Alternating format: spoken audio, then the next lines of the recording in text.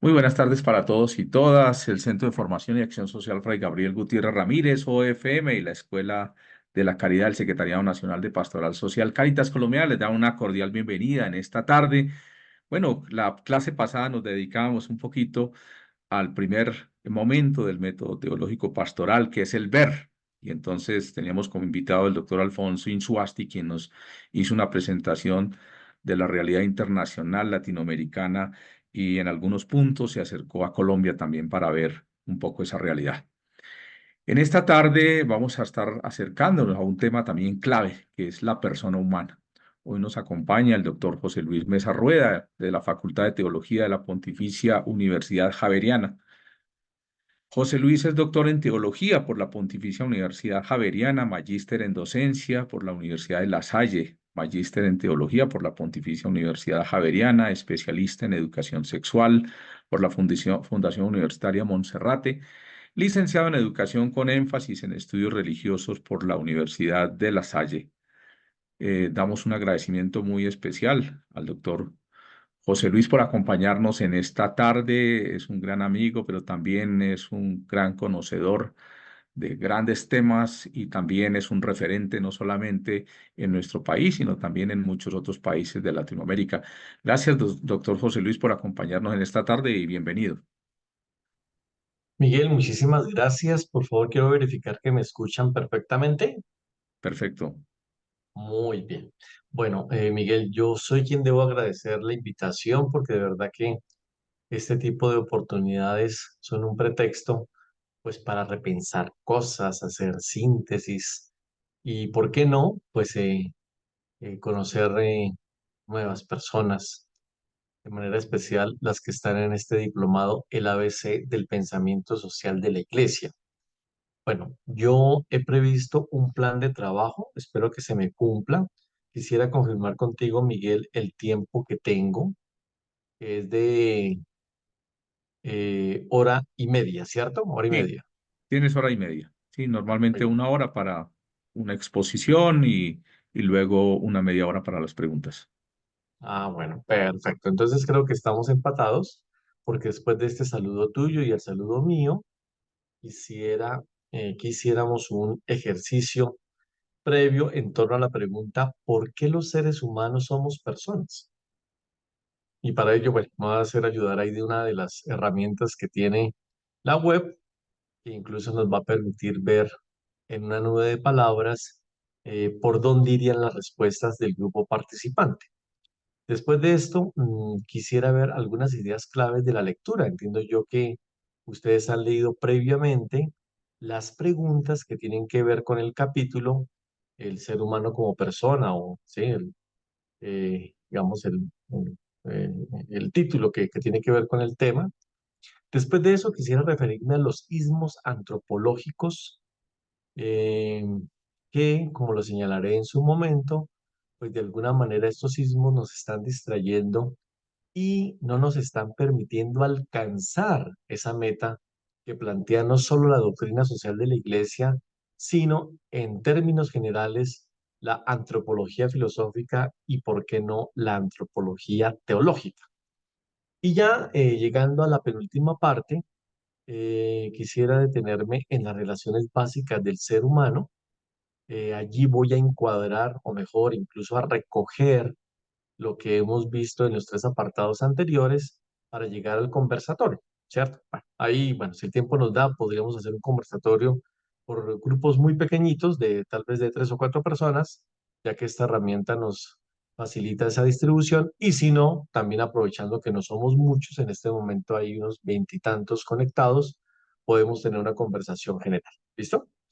Bueno, entonces, frente a este ejercicio previo, voy a dejar de compartir primero y voy a colocar en el chat. eh, Todos tienen acceso al chat, ¿cierto? Sí, sí, perfecto. Bueno, muy bien. Entonces, tengan la bondad de hacer clic en ese enlace que tienen allí.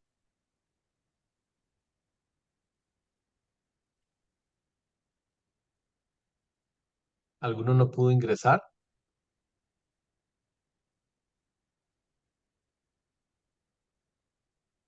Bueno, veo que todos, por lo menos nadie ha gritado, ¿cierto, Miguel? Ok, Eso pudieron es. ingresar, ¿cierto? Bueno, eh, listo. Eso es. De la pregunta es muy sencilla, es la que está en la plantilla. ¿Por qué el ser humano es persona? Y hay tres espacios. La idea es escribir una palabra, máximo dos, pero ojalá una sola palabra que responda a la pregunta, ¿sí? O sea, ¿qué es lo que nos hace personas? ¿Por qué los seres humanos somos personas? ¿Qué sería lo constitutivo o digamos, lo realmente identitario de ser personas? ¿Sí? Bueno, tres maneras de decir la misma pregunta y hay tres posibilidades de respuesta. Entonces, por favor, para que lo coloquen, yo volveré a compartir pantalla.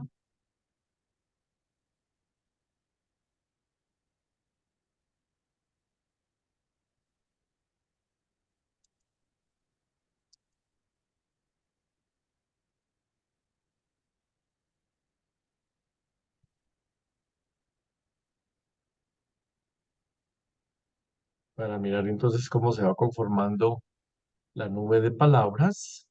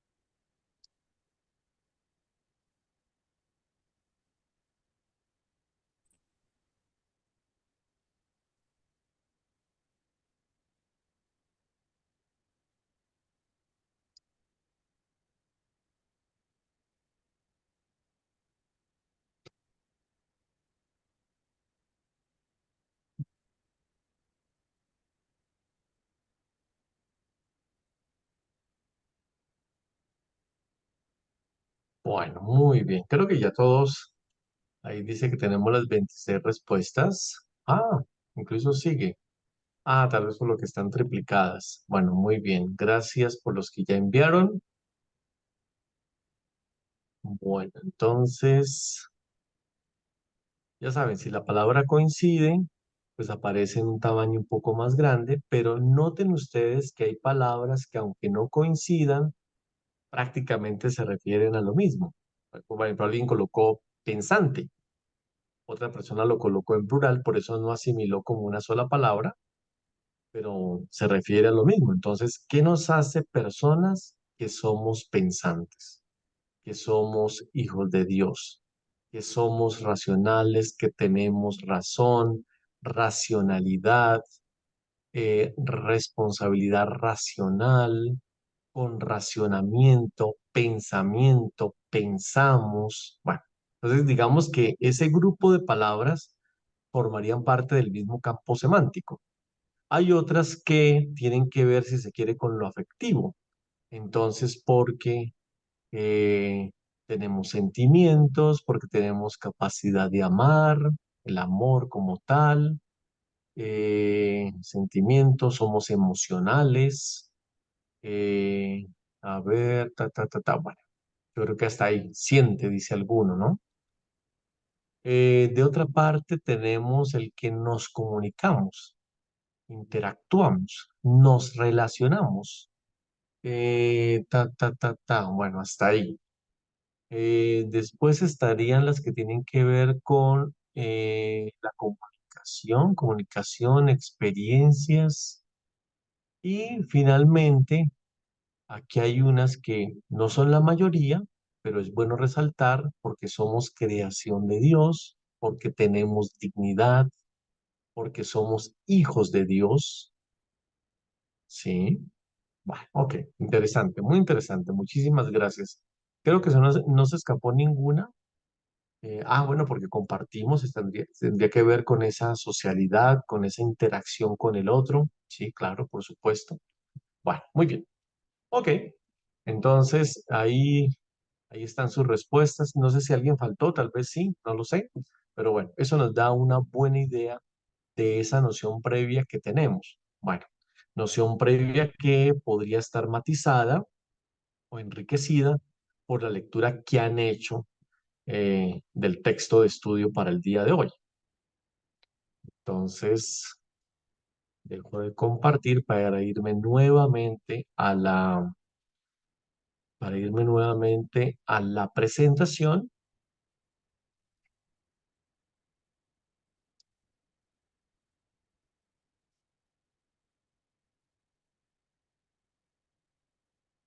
¿Sí? Y pasar entonces al tercer punto de este plan de trabajo. Entonces aquí pues van a reconocer ustedes algunas de las preguntas que han leído, pero yo he hecho unos resaltes, ¿sí? Entonces, ¿qué es lo que van a ver ahí?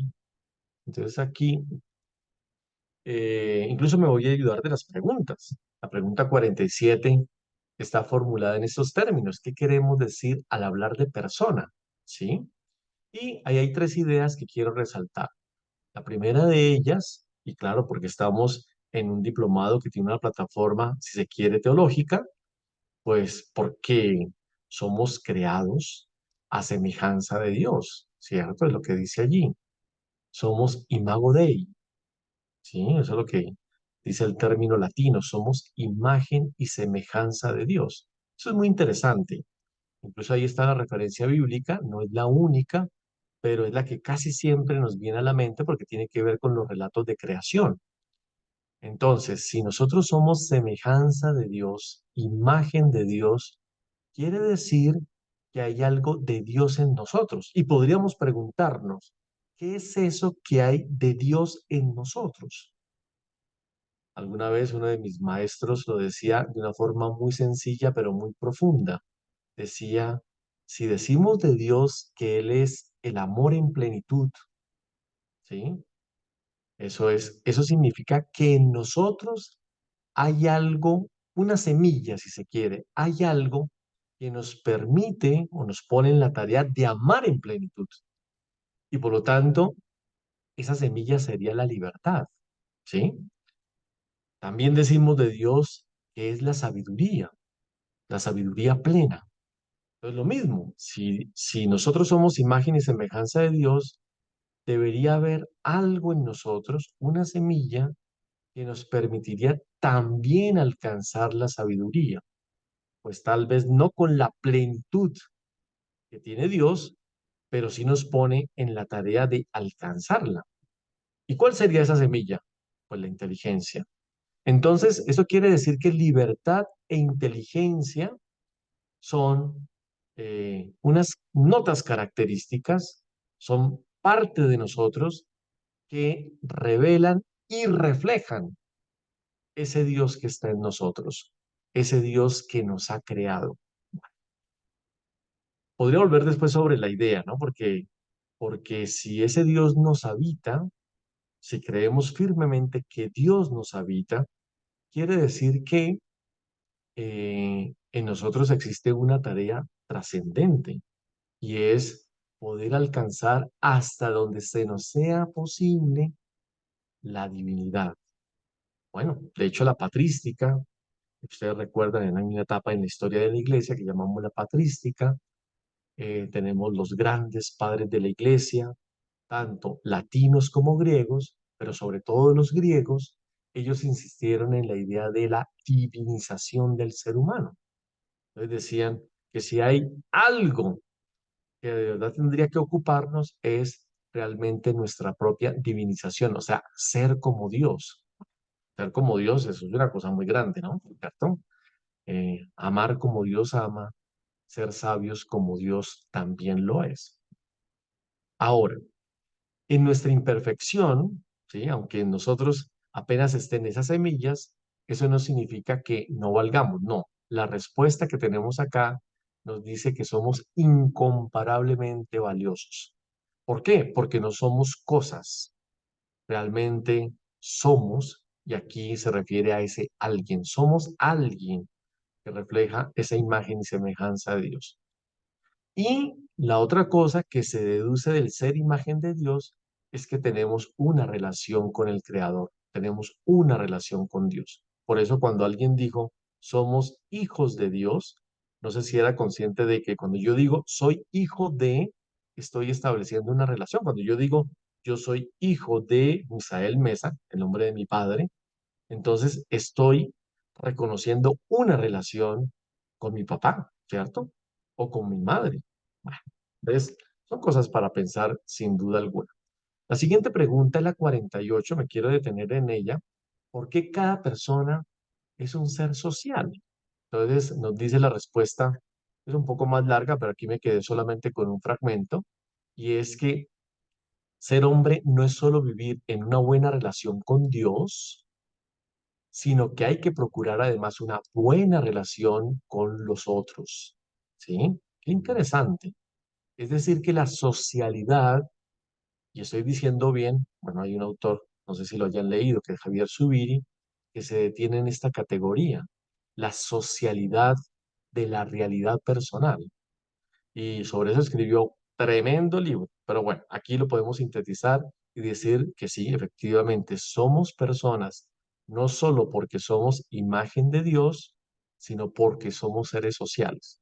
O dicho de otra manera, como somos imagen de Dios y Dios es pura relación, porque eso es lo que es Dios, si no piensen ustedes en la Santísima Trinidad, Padre, Hijo y Espíritu Santo, y cuando yo hago esa profesión de fe, básicamente lo que estoy diciendo es que ahí hay una pura relacionalidad.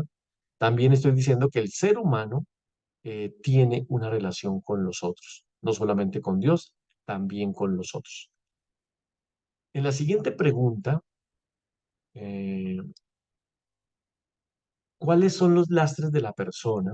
¿Sí? La respuesta nos hace caer en cuenta que aunque somos imagen y semejanza de Dios, digamos, hay algo en nosotros que nos perturba, ¿sí?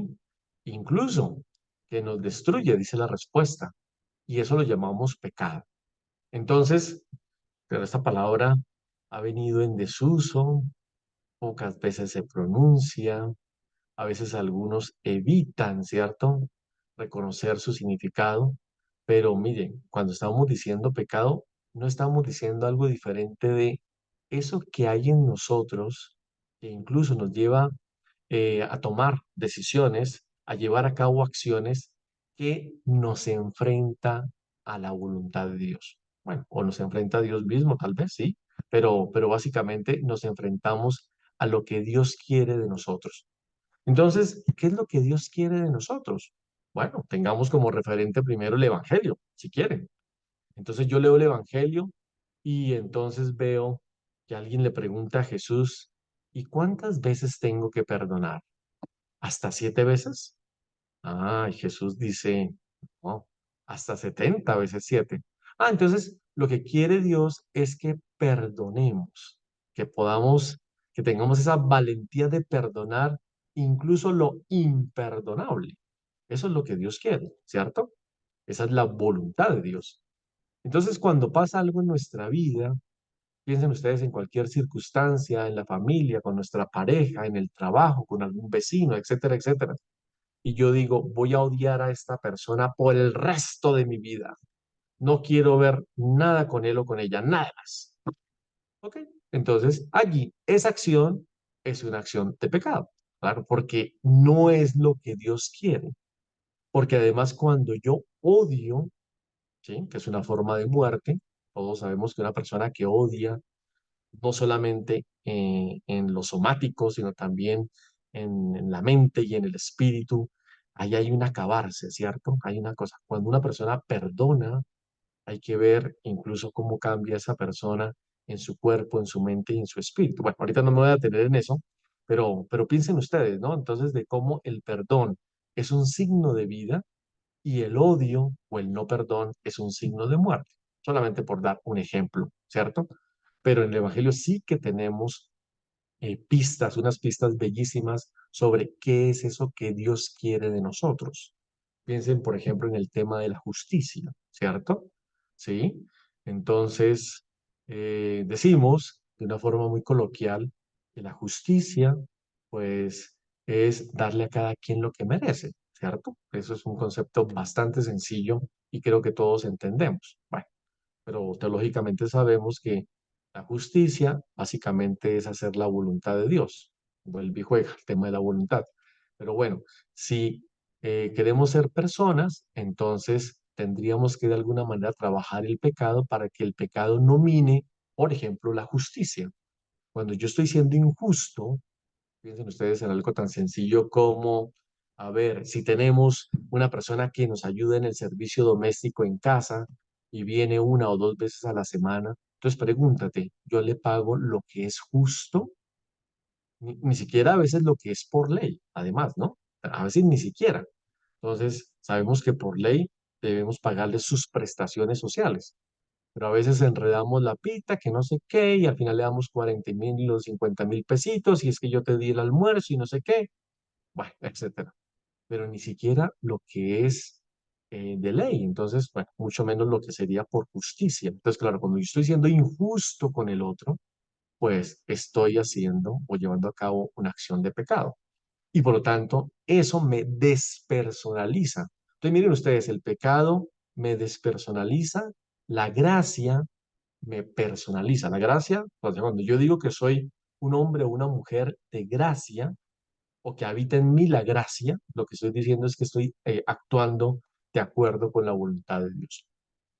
Ahora me quiero detener en otra pregunta que me parece a mí que también tiene una pista enorme, y es que incluso en estos ejemplos que he dado, he nombrado el cuerpo y el alma y el espíritu. Bueno, en el lenguaje corriente, incluso habría que decirlo, tanto la filosofía como la teología unieron alma y espíritu en un solo concepto, incluso hablan indistintamente de alma y espíritu, tal vez más de alma, y por eso incluso en la respuesta a esta pregunta se nos dice que el hombre es cuerpo y alma. El hombre es, ojo acá con el verbo, el hombre es cuerpo y alma, no tiene cuerpo y alma.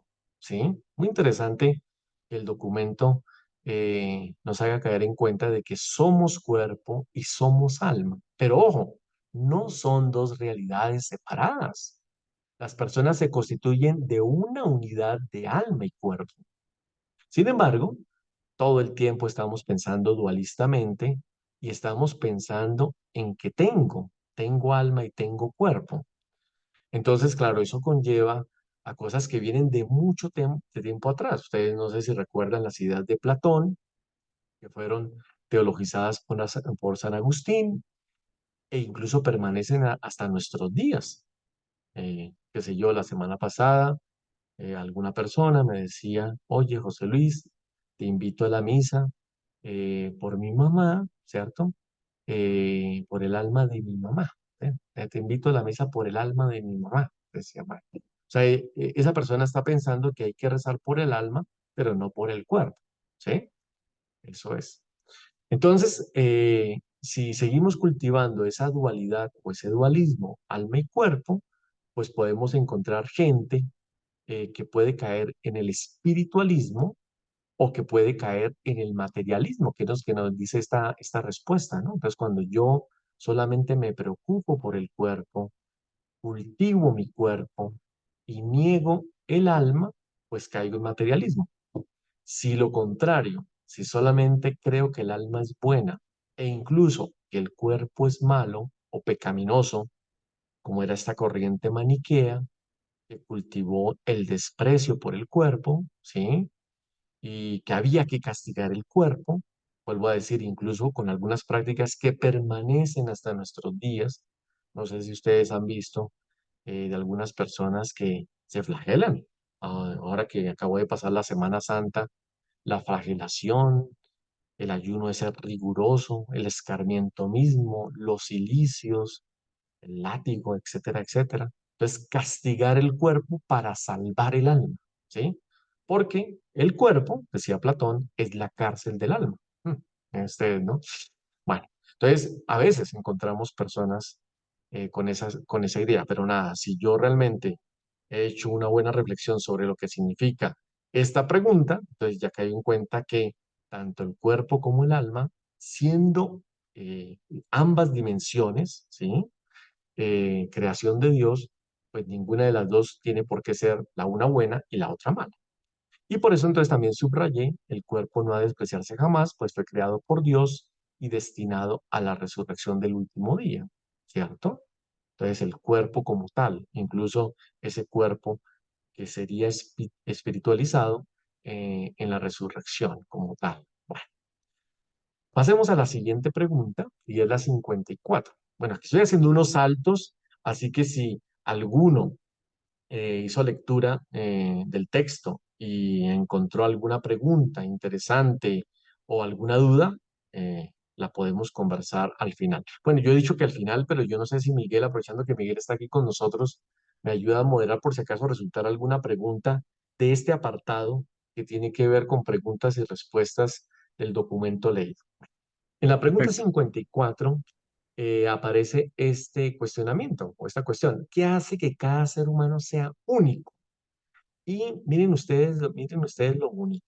Dice la respuesta, cada uno es único porque Dios lo quiso como persona irrepetible, lo creó por amor y lo redimió con amor aún mayor.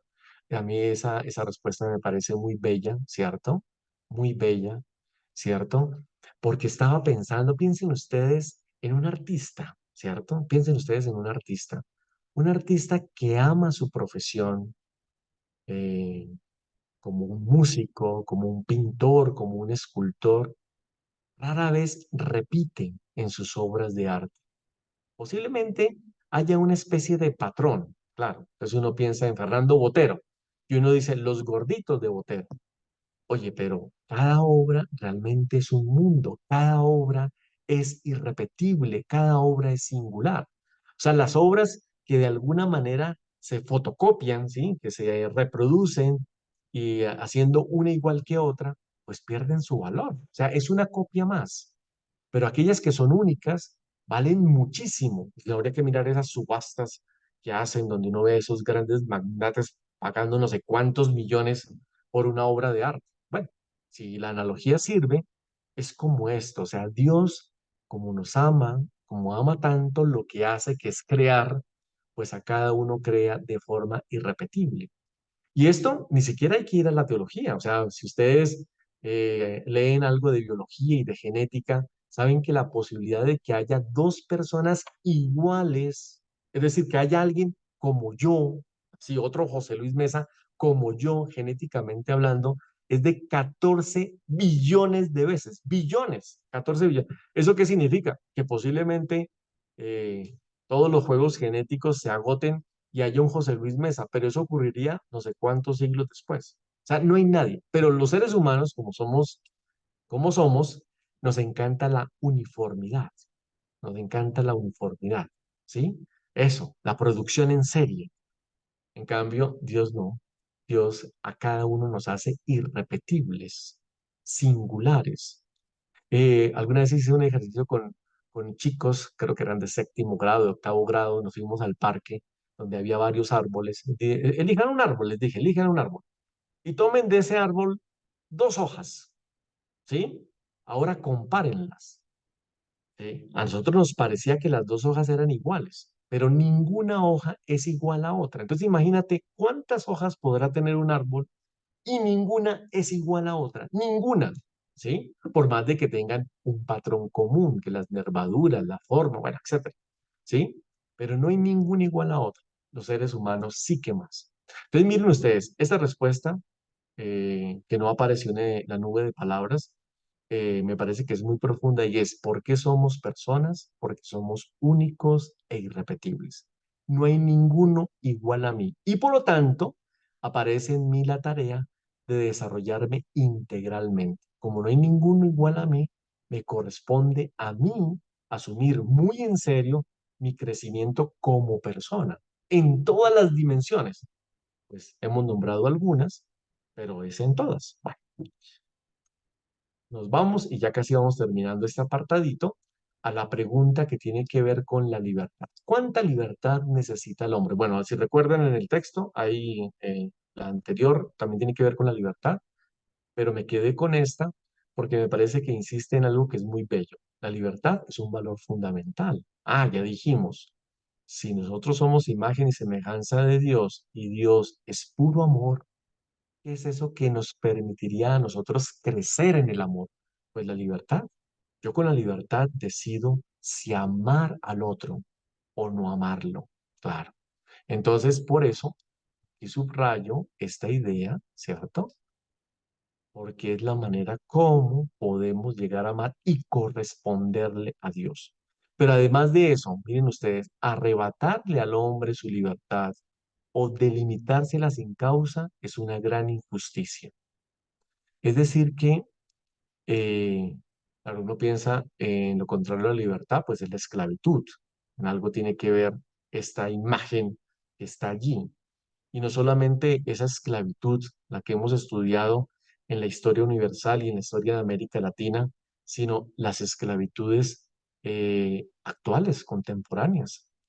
Los seres humanos lastimosamente somos esclavos de el dinero, de las clases sociales, por necesidad de un determinado patrón que abusa de nosotros.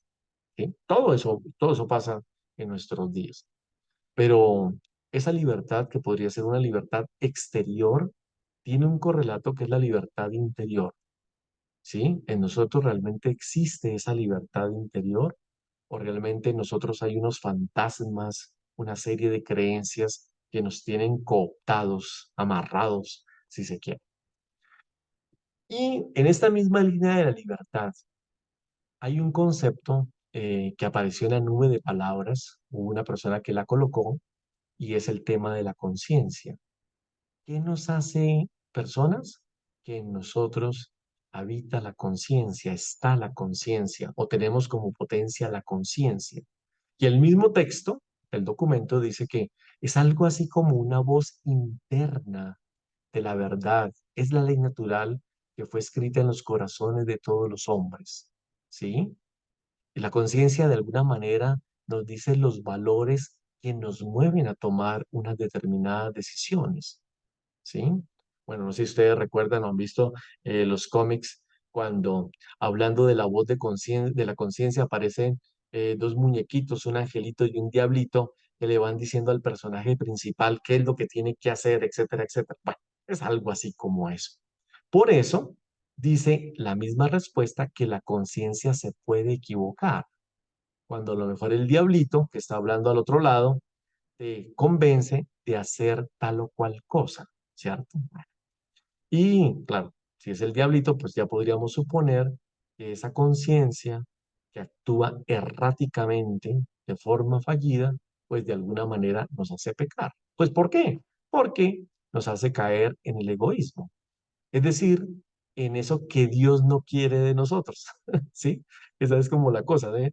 En cambio, del otro lado, la conciencia, digamos, buena, la del angelito, es la que nos llevaría a tomar decisiones que vayan en la misma línea de la voluntad de Dios. Bueno, eso, digamos, los espirituales y sobre todo la escuela ignaciana, pues lo llama discernimiento. O sea, qué es discernir? ¿Qué es el discernimiento de espíritus? Es poder, a ver si me permiten, colocar en la balanza esa situación que estoy viviendo, las opciones que tengo, poder sopesar detenidamente las consecuencias de esas decisiones y optar por aquella que me permite ser persona. Entonces ya dije, ser persona es reconocerme hijo de Dios. Ser persona es que mis acciones vayan en la línea del amor y la justicia. Ser persona es que tenga como clave de vida el Evangelio. Ser persona es que prime esa libertad que de verdad me permite crecer hacia Dios, que cultiva las relaciones con los demás, no que las fractura, etcétera, etcétera, etcétera. O sea que ya se dan cuenta que la respuesta a la pregunta no es tan simple. O sea, no la puedo hacer como en el Mentimeter, dígalo en una sola palabrita, no. Realmente la respuesta es muy rica y es muy compleja. Y yo creo que creo que esta es la última. ¿Por qué el ser humano actúa en ocasiones contra la comunidad? Entonces aquí nos señalan algunas actitudes como el egoísmo, la codicia, la soberbia, ¿cierto? Ahí está. O porque se nos olvida, como dice este muñequito, el dibujito que tenemos ahí a la derecha, porque optamos por el bien personal o individual, mejor, el bien propio, más que el bien común. Entonces, si yo tengo en cuenta que una determinada decisión debería privilegiar el bien común, y ese común quiere decir de la sociedad de la cual formo parte, la comunidad eclesial, el barrio en el cual vivo, la empresa en la cual trabajo, etcétera, etcétera, pues seguramente serán decisiones que me personalizan. Pero ¿cuáles me despersonalizan? Pues aquellas que solamente piensan en mí, solo en mí, o sea, me favorecen a mí, ¿cierto? Aunque friegue a los demás. ¿Eh? Y eso aplica no solo a los políticos, sino también a los economistas y también a los que están en el mundo clerical y también a los que están en otros mundos, etcétera, etcétera. Eh, no quise dejar de lado este tema de los derechos, la pregunta 67, porque el mismo documento reconoce que para que reine la justicia, que ya dijimos es un criterio evangélico, pues tenemos una pista, llamémosla por ahora secular, porque ni siquiera es una pista religiosa, que es la de los derechos humanos. O sea, si ustedes leen el Evangelio o leen toda la Biblia, no van a encontrar nunca este concepto de derechos humanos.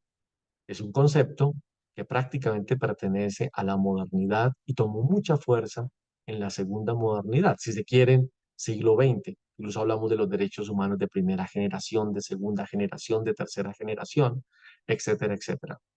Pero cuando uno los lee detenidamente, empezando por los de primera generación, que están en la declaración a la cual se unieron muchos países, como cosa curiosa, no sé si ustedes lo saben, no todos los países adscribieron esa declaración, pues básicamente lo que estamos diciendo, creemos que esos derechos nos permiten, uno, convivir con ese otro, aunque sea diferente a mí.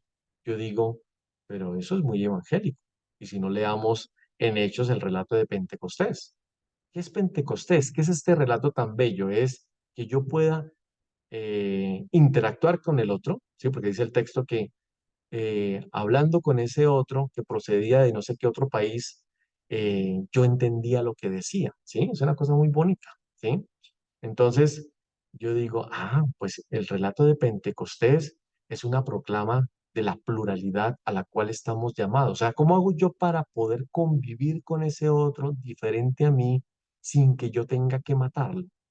Porque no piensa de la misma manera que yo, porque no cree de la misma manera que yo, porque no es de la misma raza, porque no tiene la misma orientación sexual, porque, etcétera, etcétera, etcétera. O sea, ese otro diferente a mí, ¿sí? Con el cual yo construyo el proyecto de país o el proyecto de nación, es una tarea que nos corresponde como personas y como ciudadanos, claro, porque es que es imposible ser ciudadano sin ser persona. Entonces, eso para decirles que, aunque la categoría derecho humano es una categoría de orden jurídico y sociológico, no está lejana de lo que queremos eclesialmente como tal. Entonces, la doctrina social de la Iglesia eh, hace una apuesta por los derechos porque cree que esos derechos eh, y está al final de la respuesta, nos ayudan a fundar la paz, el respeto, la solidaridad entre los pueblos, etcétera, etcétera. Es decir, nos permiten, nos hacen, sí, nos facilitan crecer como personas. Ok, no sé si hasta aquí hay alguna pregunta o las dejamos hasta el final. Ustedes me dicen. ¿Hay alguna pregunta, algo que quieran aclarar, algo que quieran profundizar de lo que nos ha venido compartiendo José Luis? Yo creo que es un ejercicio bien interesante, coger ese EDOCAD, rayarlo, como les había dicho yo a ustedes, con colores, y seguramente esto nos va a ayudar muchísimo porque a veces yo creo que una de las preocupaciones, y precisamente de Monseñor Barreto, por eso propuso este texto, es que a veces no hay suponemos que todo el mundo tiene claridad doctrinal y resulta que no. ¿Sí? Y entonces el ejercicio que nos está haciendo hoy el doctor José Luis es bien interesante, además, porque es un doctor en teología, entonces creo que es la oportunidad y la posibilidad de poder preguntar si hay cosas que no son claras o hay cosas que dentro de lo que a veces, perfecto, Leslie, gracias. Bueno, ahorita José Luis ponía como el ejemplo de que pues una persona le decía como que ore por el alma de mi mamá o vamos a la Eucaristía por el alma de, cuando hablabas de lo de la totalidad del ser, ¿no? La totalidad de la persona como tal, que es cuerpo y alma. Pero digamos cuando esta persona ya muere y pasa, digamos, a la otra vida, ¿cómo sería? O sea, creo que el ejemplo iría, pues hay que orar nomás por el alma, porque, o sea, el cuerpo ya es algo que quedó aquí. ¿O cómo sería eso? Pues no, como que no lo comprendí muy bien. Ok, bueno, muy bien.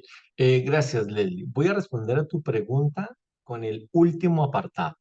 Si tú sientes que no respondí, vuelves a levantar la mano, pero voy a tocar ese tema al final. ¿Listo? Listo, muchas Bueno, gracias. sin embargo, anoto en este momento lo siguiente, que ya te da una pista. Resulta que desde mucho tiempo atrás, pero sobre todo en la primera modernidad, ocurrió algo que llamamos la fragmentación del ser, la fragmentación del conocimiento. Bueno, entiendan esto, no sé si han leído Ortega y Gasset, él habla de los bárbaros modernos. ¿Qué son los bárbaros modernos? Dice él, son los que saben casi todo de casi nada, ¿sí? Entonces pensemos en el ser humano, ya que la pregunta tuya tiene que ver con el ser humano, ¿sí? Y pensemos en la medicina, por ejemplo, ¿no? Durante mucho tiempo existió la carrera de medicina. De hecho, cuando uno se va a los orígenes de la universidad, por allá en el siglo XII, bueno, ahorita no vamos a discutir si fue Salamanca o Bolonia, pero ahí ellas discuten cuál fue la primera. Pero desde los inicios existían tres carreras: medicina, derecho y teología. Esas eran las tres carreras. E incluso eso tenía un sentido, y es que la medicina se preocupaba por comprender al ser humano y preservar, si se quiere, la armonía del ser humano hacia adentro. Por eso el tema de la salud, por ejemplo. El derecho, pues preservaba la armonía de los seres humanos entre sí. Y la teología, la armonía del ser humano con Dios. Miren lo bonito, ¿no? O sea, es una cosa bien interesante. Pero cuando viene la modernidad, entonces hay una explosión de saberes. Y empezando por estos que acabé de nombrar, y para mi ejemplo la medicina, pues hubo una explosión impresionante. No sé si aquí en el grupo haya algún médico, pero ya en la medicina, incluso en el pregrado le van diciendo, bueno, pero tú te tienes que especializar. Y entonces, bueno, yo quiero ser especialista en pulmones, el neumólogo. Yo en corazón, el cardiólogo. No, yo en los ojos, el oftalmólogo. Listo. No, yo en el riñón, el nefrólogo. ¿Cierto? Y así sucesivamente. Tanto así que tú vas al médico, ¿cierto? Y entonces le dicen, no, mire, yo aprovechando la cita que tengo, usted no me podría decir, es que tengo un dolorcito aquí en la parte baja. No, no, no. Ese es con el especialista de colon. Yo, la verdad, yo ahí yo no me meto. O si vas a donde el oftalmólogo, incluso, y le dices, bueno, yo quiero que además de eso me diga, es que yo aquí tengo un dolorcito en la parte interna. No, eso le toca es con el iriólogo, ¿cierto? Entonces, por eso dice Ortega y Gasset que los bárbaros modernos son los que saben casi todo de casi nada. Entonces, tú tienes que ir al oftalmólogo, iriólogo, patólogo, para que te pueda decir qué es eso que tienes en esa partecita del ojo. Pero no le pregunten de la nariz, no le pregunten del oído, no le pregunten del corazón ni del pie, mucho menos, porque él se especializó en esa partecita.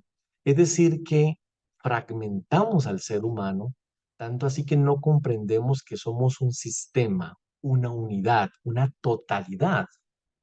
Y por eso incluso hay un sector de la medicina, ¿cierto? Que no es la medicina alopática, sino le llamamos medicina alternativa, y entonces tiene unas apuestas como la medicina holística o la medicina homeopática o qué sé yo, que está mirando y bueno, ¿por qué es que esta persona tiene este dolor en la garganta? Y bueno, y entonces, pero usted sí se expresa bien, tiene ansiedad, tiene algún miedo, etcétera. Pues ¿por qué? Porque ese sector de la medicina dice, no, hay algo que de pronto está ocurriendo, algo en su psique que está afectando su cuerpo. Incluso hay alguien, yo leí alguna vez de apellido Pierracos, como John Pierracos, John Pierracos. Él hizo un estudio muy interesante sobre cómo las personas que tenían, por ejemplo, cáncer de garganta, ¿sí? Había un común denominador y es que se comían todos sus sentimientos. Pasaba algo y reprimían, reprimían, reprimían. Y decía, bueno, aquí hay algo, o sea, hay algo que es psicológico que está afectando la parte corporal como tal. Bueno, por dar un ejemplo.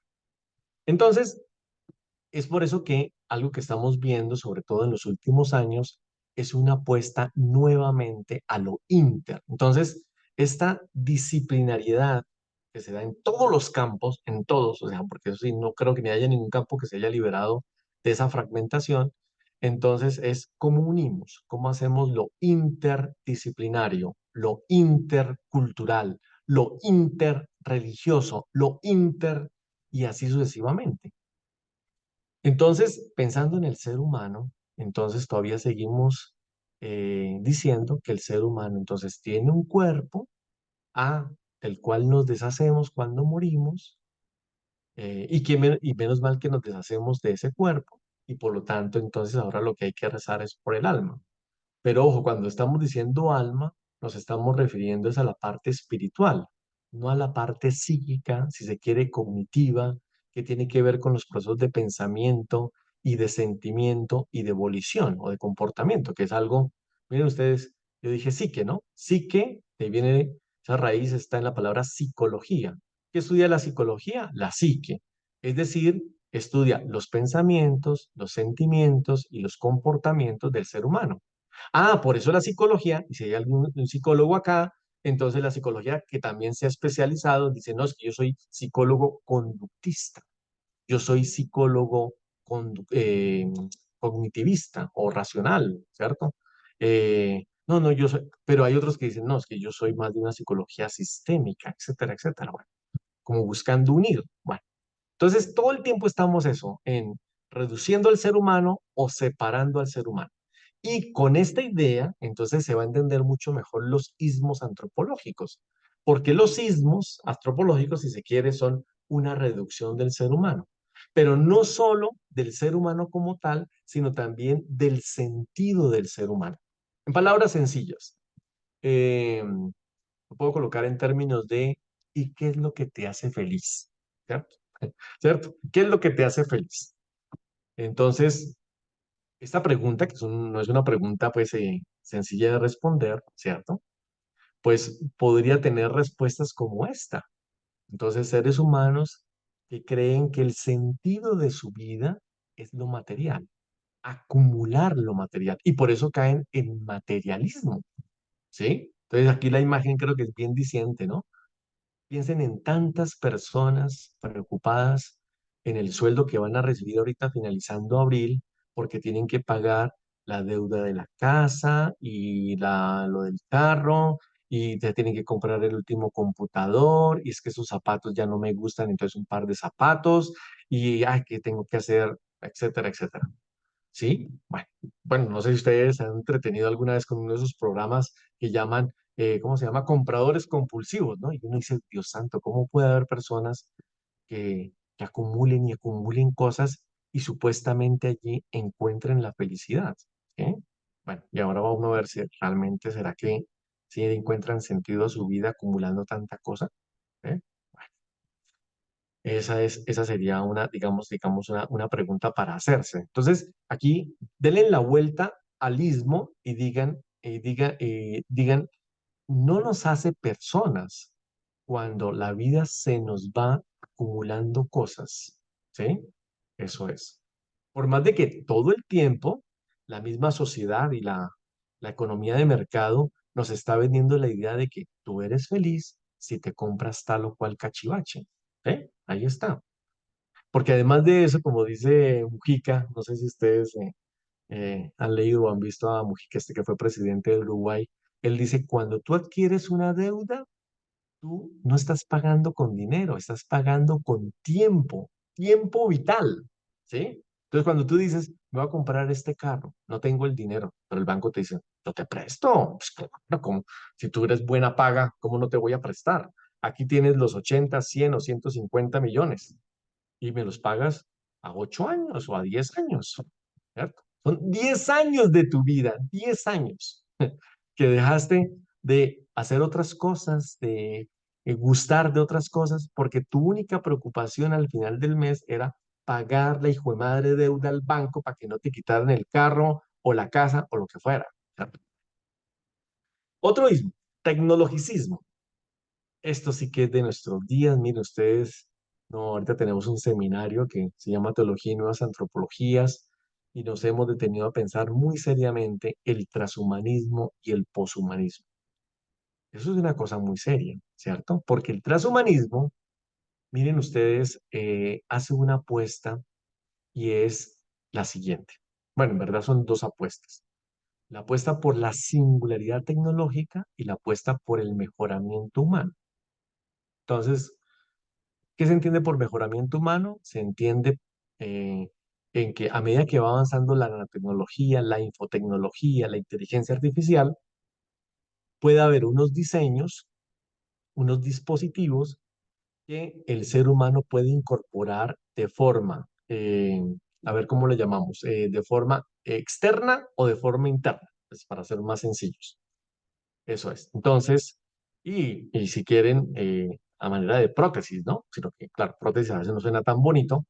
Entonces, ¿cómo yo incorporo esa tecnología en mí para tener unos alcances mayores que los que tendría un ser humano normal?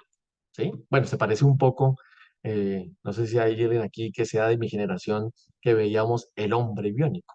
Algo así, ¿no? O sea, eso es. Entonces, eh, esa digamos que es una apuesta. Entonces, miren ustedes los desarrollos tecnológicos que llevan al mejoramiento de ese ser humano. Y para tener, vuelvo a decir, esas capacidades que van más allá de los límites normales. Y lo otro sería la singularidad tecnológica.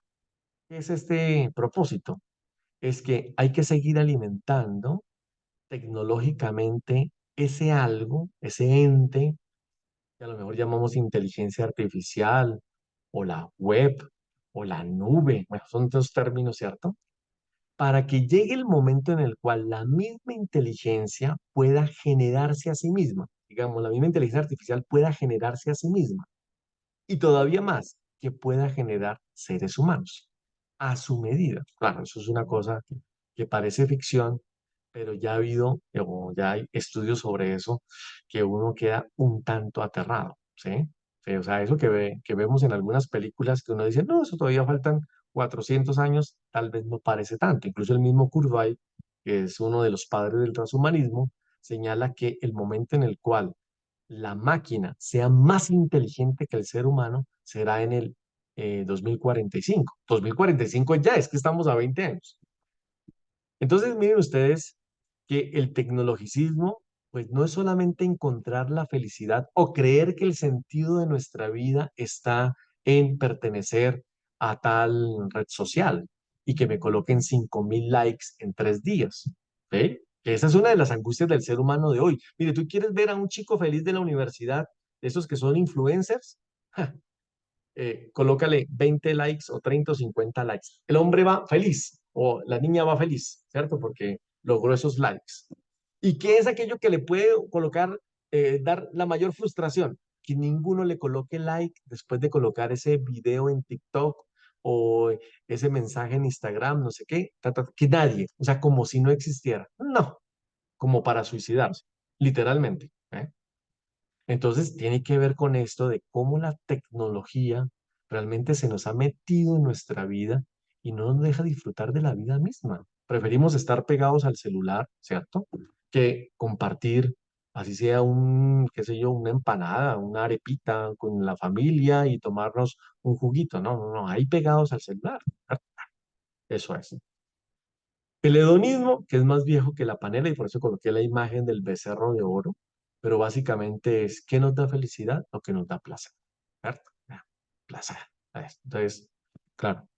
Entonces eso, ¿qué es lo que me gusta? Ah, a mí me gusta viajar, listo, y viajo. Ah, bueno, y esto se liga con lo primero, entonces no importa que no tenga dinero, pues igual pago el viaje eh, en hotel 5 estrellas y ya después me preocuparé cómo pagar la deuda en los próximos 3 años. Así tenga las tarjetas de crédito a reventar.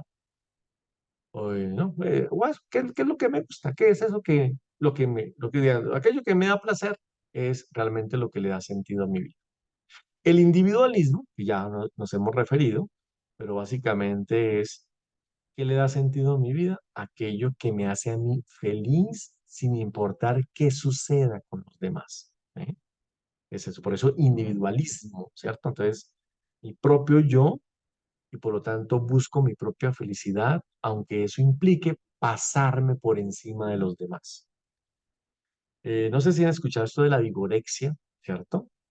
Que es el culto al cuerpo.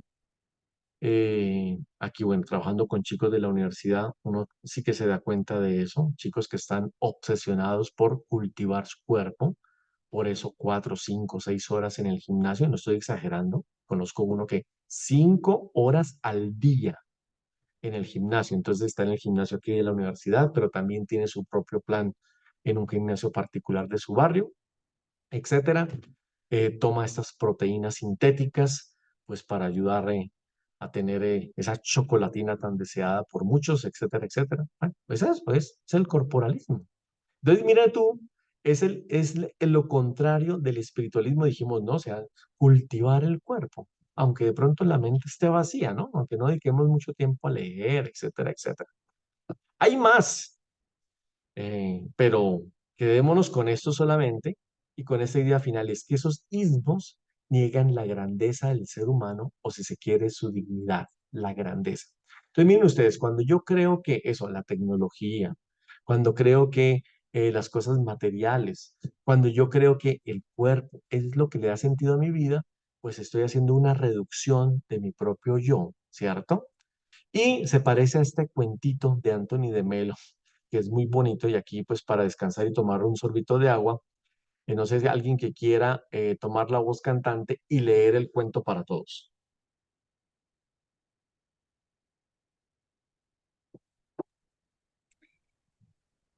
No todos, ni todas.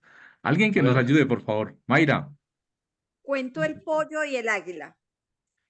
Un hombre se encontró un huevo de águila, se lo llevó y lo colocó en el nido de una gallina de corral. El aguilucho fue incubado y creció con la nidada de pollos. Durante toda su vida, el águila hizo lo mismo que hacían los pollos, pensando que era un pollo. Escarbaba en la tierra en busca de gusanos e insectos, piando y cacareando. Incluso sacudía las alas y volaba unos metros por el aire, al igual que los pollos. Después de todo, ¿no es así como vuelan los pollos? Pasaron los años y el águila se hizo vieja. Un día divisó muy por encima de ella, en el límpido cielo, una magnífica ave que flotaba elegante y majestuosamente por entre las corrientes de aire, moviendo apenas sus poderosas alas doradas. La vieja águila miraba asombrada hacia arriba. ¿Qué es eso? Preguntó a una gallina que estaba junto a ella. Es el águila, el rey de las aves, respondió la gallina. Pero no pienses en ello, tú y yo somos diferentes a él. De manera que el águila no volvió a pensar en ello y murió creyendo que era una gallina de corral. eso, muchas gracias Patricia por esa voz de locutora. Oye, no, sí, sí, verdad, muy bien, te colocaste sentimiento, pero mira, es eso, o sea, yo digo, ¿cuántas personas, hombres y mujeres, que por la cultura, porque la cultura tiene unos mandatos, ¿eh? Piensen ustedes en nuestra cultura, la colombiana, esta cultura que sigue siendo todavía muy machista, muy racista, xenófoba, ¿de qué manera ha minimizado al ser humano y le ha hecho creer que es un pollo, y ya? Piensen ustedes en las mujeres, aprovechando que hay un buen grupo de mujeres aquí conectadas a la sesión. ¿Ustedes saben cuándo? No sé si recuerdan, a ver, pregunta para las mujeres. ¿Cuándo, en qué año fue por primera vez la mujer a la universidad en Colombia?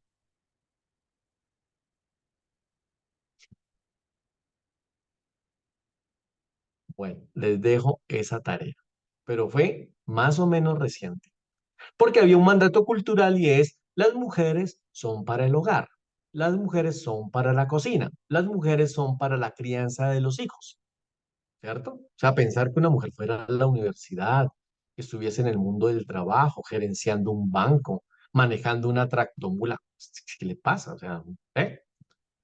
Por nombrar solamente un solo factor, cultura, pero piensen en la sociedad, piensen en la política, piensen en la economía, piensen en la educación, ¿cierto? O sea, la educación que también domestica, y si no, lean a Paulo Freire, o recuerden la pedagogía del oprimido, pues eh, a cuántas personas la escuela, por su manera de proceder, su manera de enseñar, su modelo educativo, de alguna manera redujo al ser humano, o sea, ese ser humano, para que pensara en chiquito, ¿cierto? Bueno, pues tiene que ver con eso, ¿cierto? Entonces, miren, si hay algo que quiere Dios de nosotros, es que realmente revelemos nuestra grandeza, ¿sí? Que revelemos nuestra grandeza y no que estemos subyugados eso, a unas circunstancias o a unas coordenadas que no nos permiten ser, ¿sí? Eso es. O sea, que salgamos empezando por nuestra propia finitud. No, ahí estamos muy cómodos en nuestra casita, viendo la tele, ¿cierto? Mirando nuestro propio extracto bancario, mirando nuestro Netflix y ya ahí, ¿cierto? Como pollos en un corralito, ¿cierto? Bueno. Pero nada, yo creo que si hay algo a lo cual estamos invitados como personas es a revelar esa grandeza, porque vuelvo a decir, somos imagen y semejanza de Dios. Y ya nos vamos aquí para la última parte. Uy, Dios santo. No, aquí voy a ir rápido porque no quisiera agotar el tiempo para la conversación. Y aquí tengo la pregunta pendiente de Leslie, si no estoy mal. Sí, de Leslie creo. Vale. Miren, eso está en la nube de palabras, ¿sí? Eso está, ustedes lo dijeron como relación, incluso aparecía relacionalidad, ¿cierto? Y esa respuesta es muy, pero muy profunda. O sea, ¿por qué somos personas? Porque somos seres en relación, ¿sí? Y a mi modo de ver, hay cuatro relaciones básicas que nos permiten crecer como personas. ¿Cuáles son esas cuatro relaciones? Entonces, la primera de ellas, la relación con un otro como yo. La relación con un otro como yo, si quieren ustedes, con un alter ego. Por eso, en esta relación con un otro como yo aparece esa dimensión que llamamos dimensión afectiva o dimensión sexoafectiva, si se quiere. Cuando yo me relaciono con un otro como yo tejo un vínculo. Y ojo con la palabra. Esto la psicología ha desarrollado bastante bien este concepto, pero yo lo voy a decir en palabras muy sencillas, y es que el vínculo tiene una carga de significación, una carga afectiva. Si me lo permiten, cuando yo tejo un vínculo con un otro como yo, ese otro forma parte de mi corazón, ¿sí? Entonces piensen ustedes en el vínculo conyugal, o en el vínculo filial, o en el vínculo maternal, o en el vínculo fraternal, o en el vínculo, etcétera, etcétera. O sea, lo que estoy diciendo cuando yo digo es que esta persona es mi hermano, es mi papá, es mi hijo, es mi esposa, es mi esposo, ¿cierto? Entonces, quiere decir que esa persona, con esa persona tengo un vínculo y esa persona forma parte de mi vida, parte de mi corazón, tiene un lugar en mi corazón. Por eso cuando el vínculo se rompe, duele, ¿cierto? Y por eso viene un proceso de duelo. Entonces, cuando esa persona se va, ¿cierto? Se rompe ese, ¿cierto? Alguien, o se muere, claro, cuando esa persona se muere, pues el vínculo se rompe, ¿sí? O se transforma, pero igual no es el mismo, y eso genera un dolor, por lo tanto tengo que hacer un proceso de duelo. ¿Ven? Bueno, pero del otro lado, entonces tengo la relación con los otros, en plural. El anterior es la relación que yo tejo con el otro como yo, el alter ego, pero aquí es con los otros. Por eso acá, ¿sí? He colocado dimensión sociopolítica, porque gracias a esta dimensión, yo pertenezco a una comunidad, a una polis, a un grupo, a una familia, a una nación. Miren ustedes, no es lo mismo, ¿no? O sea, no es lo mismo. Entonces, cuando yo digo, por ejemplo, no, es que yo soy colombiano. Ah, tú eres colombiano. Eso quiere decir que tienes unos deberes y que tienes unos derechos. Eso está en la Constitución, ¿no? Claro. Que lo que tú hagas de alguna manera engrandece al país o lo empequeñece, ¿sí? Haces grande el país o le embarras la cara al país, ¿cierto? Entonces piensa tú, por ejemplo, cuando alguien decide, no, es que yo voy a narcotraficar esto. Ah, bueno, gracias a esos narcotraficantes, pues ahora mucho menos, pero hubo un tiempo en el cual tú salías del país, tú decías, soy colombiano, y te pegaban la esculcada del siglo, ¿cierto? Te hacían desnudar completamente, claro, porque ya este, si es colombiano, es narcotraficante. Así de sencillo. Ah, ya. Pero todos sabemos que en Colombia hay cosas muy bellas. Somos el país del café y de las flores, etcétera, etcétera. Ah, entonces, pero mira tú, entonces, ¿qué hago yo para que a través de mis acciones yo pueda engrandecer ese grupo del cual formo parte? Sea tan grande como un país o pequeño como una institución. Por ejemplo, yo estoy aquí en la Javeriana y yo digo, yo soy javeriano. Ah, eso quiere decir que si soy javeriano, pues tengo unos deberes y tengo unos derechos. Y como javeriano, yo hago grande la javeriana o con mis acciones y mis decisiones, pues le embarro la cara a la javeriana. ¿Sí? Así. O si eres scout, o si eres de la Sociedad Defensora de Animales, o si eres de lo que sea. Es decir que, miren ustedes algo que es muy bello y es que esta posibilidad de pertenecer a un grupo más o menos grande me da identidad.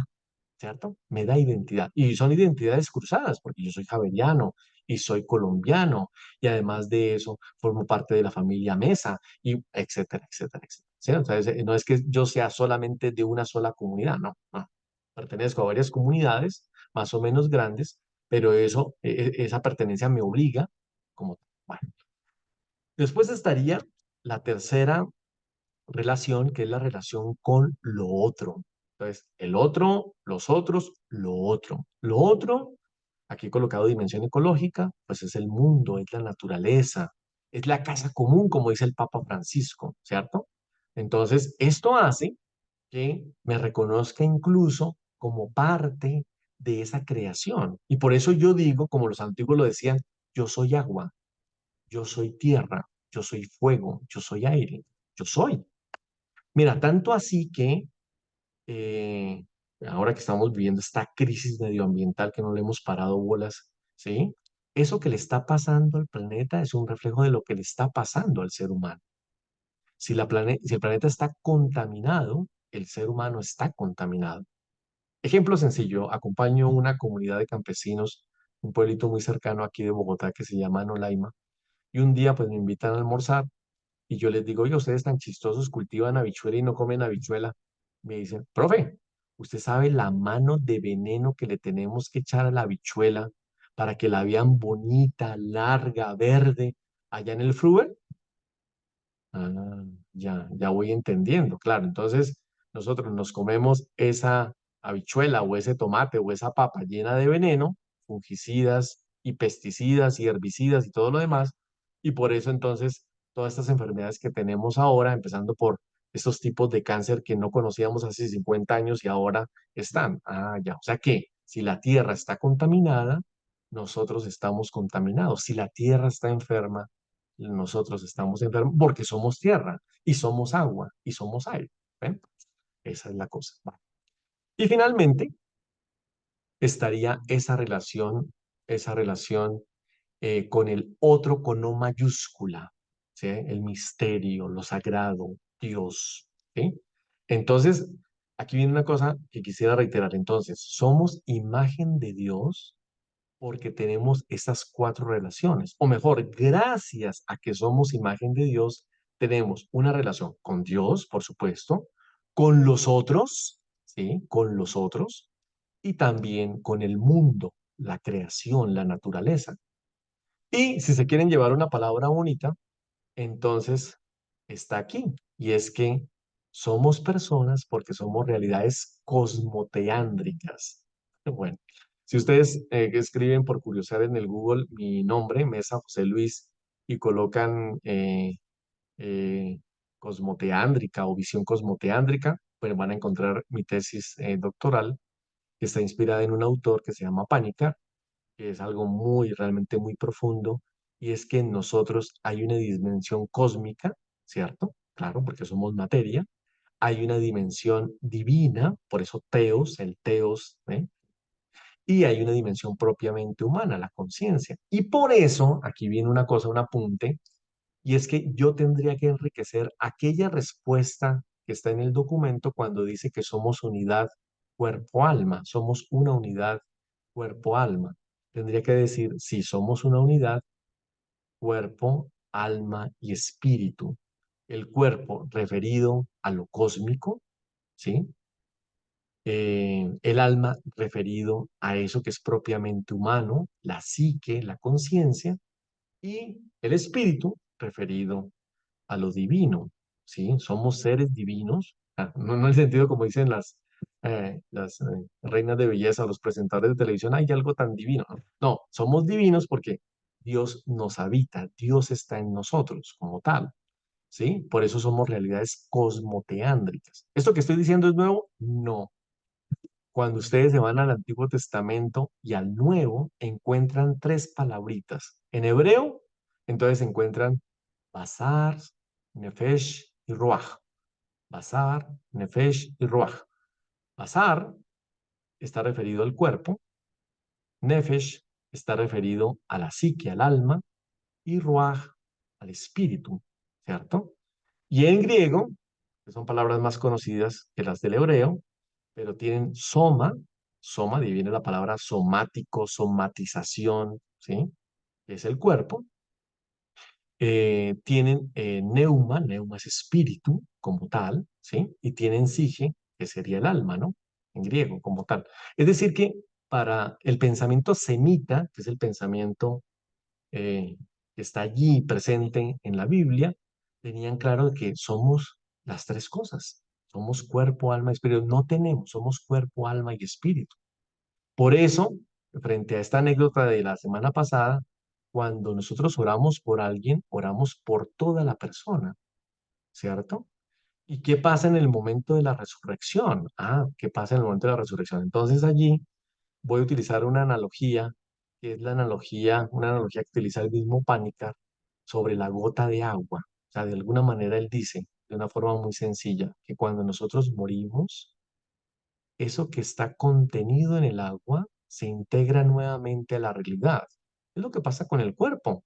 Claro, ese cuerpo, materia como tal, cuando es enterrado, inhumado, cremado, etcétera, etcétera, se ha integrado a eso que llamamos la realidad como tal, ¿cierto?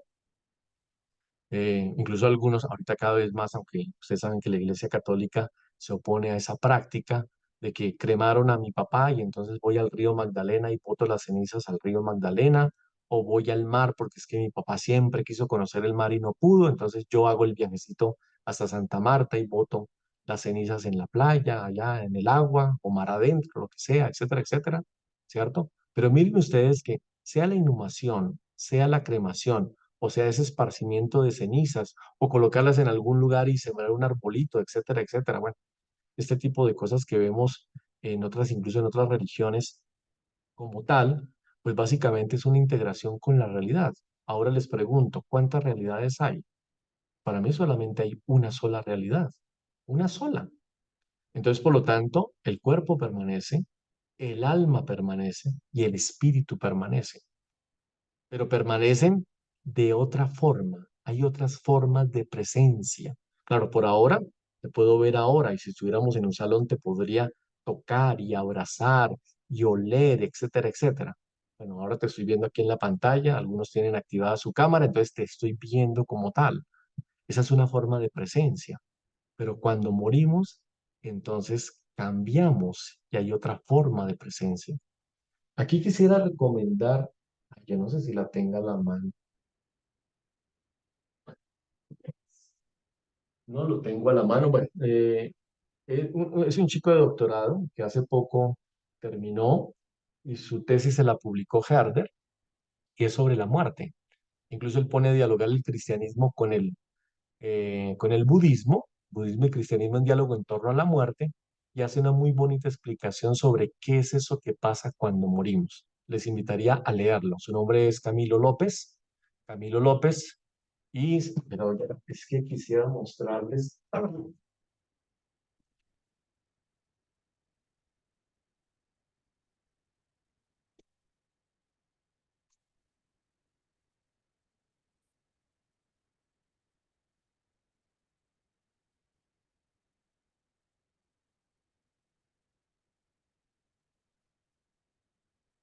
No, nada, se los quedo debiendo. No sé qué lo hice, pensé que lo tenía aquí a la mano, pero Camilo López, eh, si estoy tratando de recordar el título exacto, pero si colocan muerte, budismo, cristianismo, les aparece el libro como tal. Bueno, ok.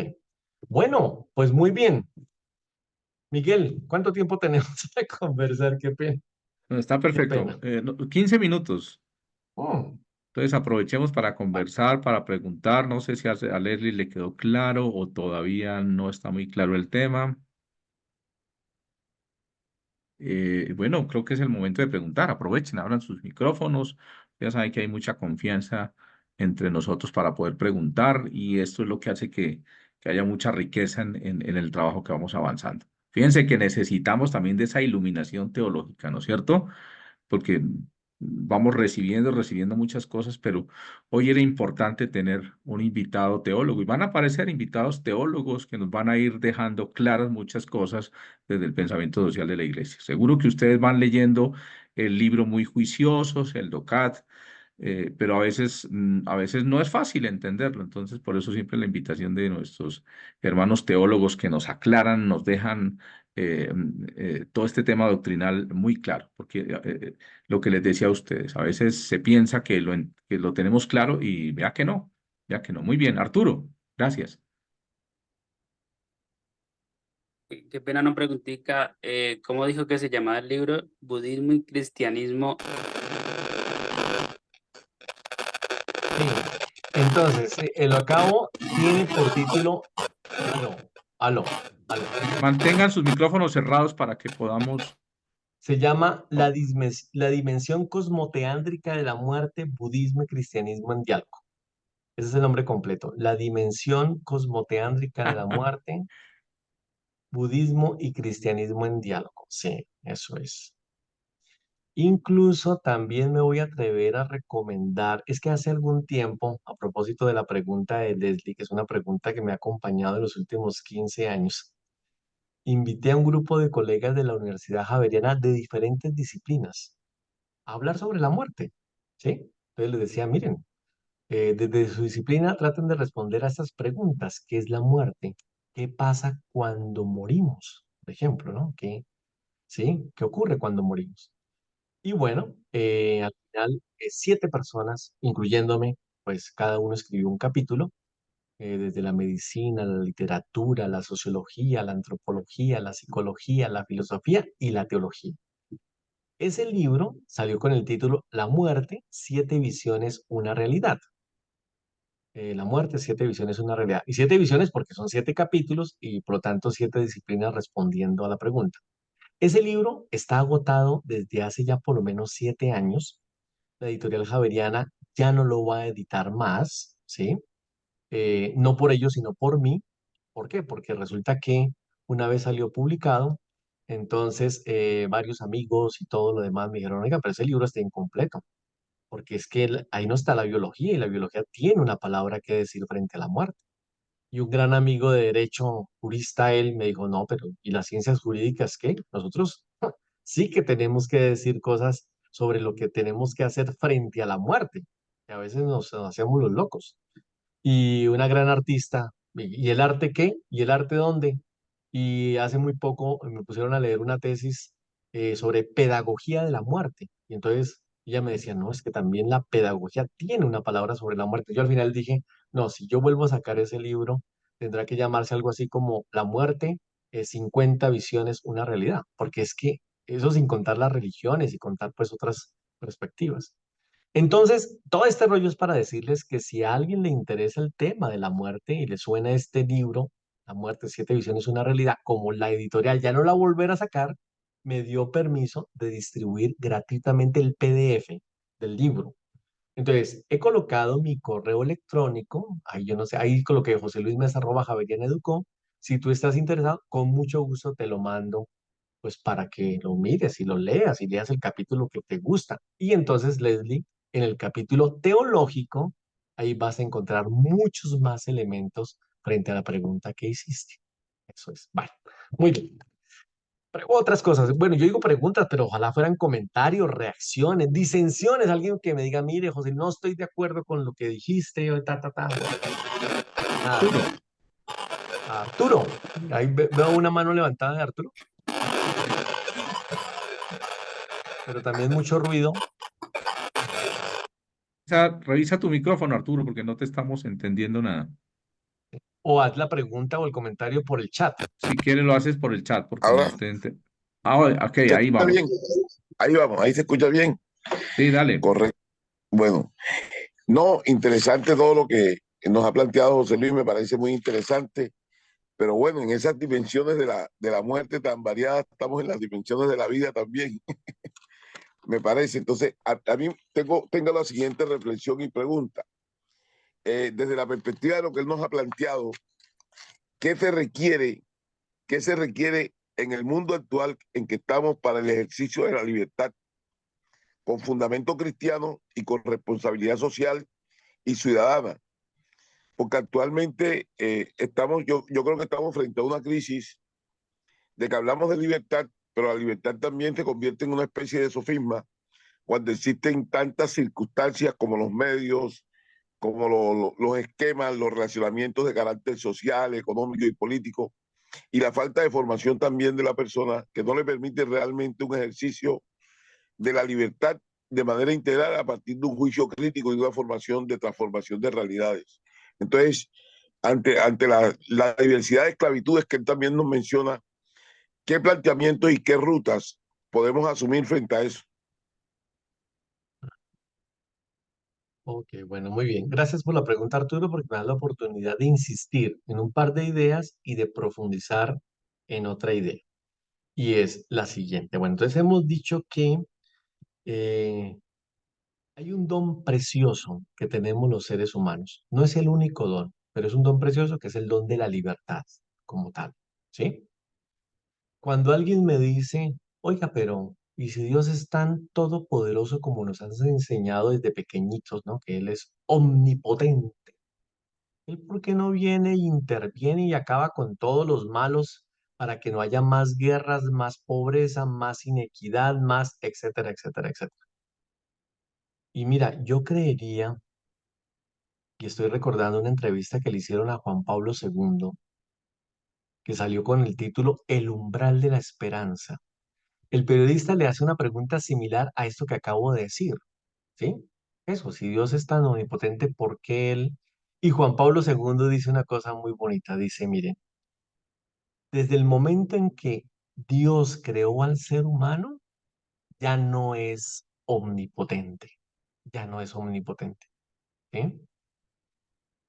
Porque Dios no se contradice, además, ¿no? No es que Dios nos dio la libertad y la inteligencia y entonces Él entonces va a quitarnos ese regalo que tenemos. Entonces nos corresponde a nosotros realmente hacer buen uso de la libertad y de la inteligencia para poder discernir, eso lo dije en mi exposición, para poder discernir y poder tomar las mejores decisiones. Pero ojo, ¿cuáles son las mejores decisiones? Teológicamente, o dentro de una teología cristiana, aquellos que están alineadas con la voluntad de Dios. Es eso, ¿no? Entonces yo discierno, ¿sí? Para mirar qué es eso que realmente Dios quiere de mí. ¿Qué es eso que haría grande, ¿cierto? digamos, o si quieren en términos de reino, ¿qué es eso que haría más cercano el reino de Dios? Entonces, cuando yo tomo una decisión, por ejemplo, estoy pensando en un empresario que decide libremente no pagarle a sus empleados la seguridad social, ¿cierto? Que de esos tenemos muchos. Y ahora con esta afluencia de hermanos venezolanos, pues eso es una oportunidad enorme porque a eso les pago menos, no les tengo que pagar seguridad social, etcétera.